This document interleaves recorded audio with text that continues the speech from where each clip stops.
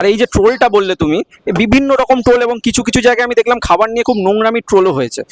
বা আমির খানের একটা নতুন সিনেমায় একটা ছেলে কাজ করেছে, সেটা নিয়ে ট্রোল। তো এগুলোকে তুমি কিভাবে দেখো?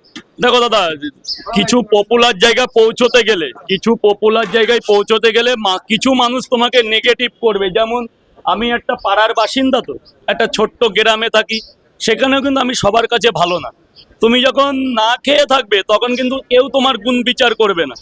যেই তোমার দুমুঠো ভাত খাওয়ার টাইম চলে আসবে, তোমার কিন্তু গুণ বিচার করার জন্য অনেক লোক হবে। যেমন আজকে দিনে বলছি, আজকে ধরো আমারই ঘরের দিদি কাজে যাচ্ছে, যখন সে কাজে যেত না তখন কিন্তু কেউ বলতো না। এখন সে একটা সৎ পথে কাজে যাচ্ছে, লোকের কিন্তু চলছে। তো পপুলার হতে গেলে লোকে পেছনে লাগবে, লোকে বাজে কথা বলবে, সব কিছু কাউর কথায় কান না দিয়ে আমি মনে করি আমার লক্ষ্যে কিভাবে আমি পৌঁছাবো, এটাই আমার কাছে বেটার। যে কালকে আজকে আমাকে রাজুদা হিসাবে চিনছে, কালকে যেন এরকম মিষ্টি ফুটে পরোটা বিক্রি করতে আরও লোকের ভালোবাসা পাই, আগামীতে যেন আমিও লোকের পাশে থাকতে পারি।